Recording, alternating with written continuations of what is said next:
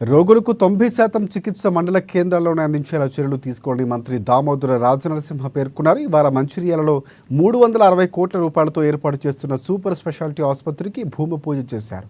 ప్రభుత్వ ఆసుపత్రిలో వైద్య సిబ్బంది అందుబాటులో ఉండటం లేదనే మాట రాకుండా పనిచేయాలని వైద్యాధికారులకు హితవు పలికారు. ఇక రోగులకు 90% మండల కేంద్రాల్లోనే ఆసుపత్రిలోనే జరగాలని తెలియజేశారు. ప్రతి మండలానికి 2 అంబులెన్సులు రెడీగా ఉండేలా చూసుకోవాలని, ప్రతి 30 కిలోమీటర్లకు ఒక ట్రామా సెంటర్ ఏర్పాటు చేస్తామని మంత్రి దామోదర రాజనరసింహ వెల్లడించారు.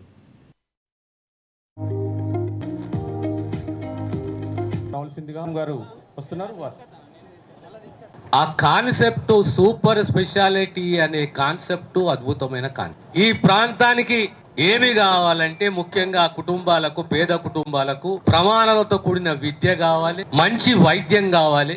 ఆ కుటుంబాలు అభద్రతకు గురి కాకూడదు. మేమున్నామనే ధైర్యం ఆ కుటుంబాలకు ఇవ్వాలి, ఆ నమ్మకాన్ని కల్పించాలి. ఇది అందుకోసం దీని అద్భుత ఆలోచన అంటున్నాను.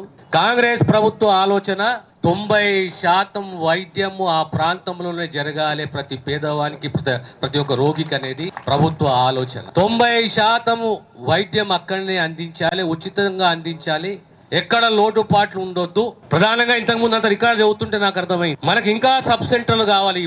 ట్రైబల్ ఏరియాస్ లో 3000కు సబ్ సెంటర్ ఉన్నా, గ్రామీణ ప్రాంతంలో 5000కు సబ్ సెంటర్ ఉన్నా, ఇంకా 29-30 సబ్ సెంటర్లు మీ జిల్లాకు అవసరం. 2 పిఎస్సీలని, ఒక పిఎస్సీని అప్గ్రేడ్ చేయాలి.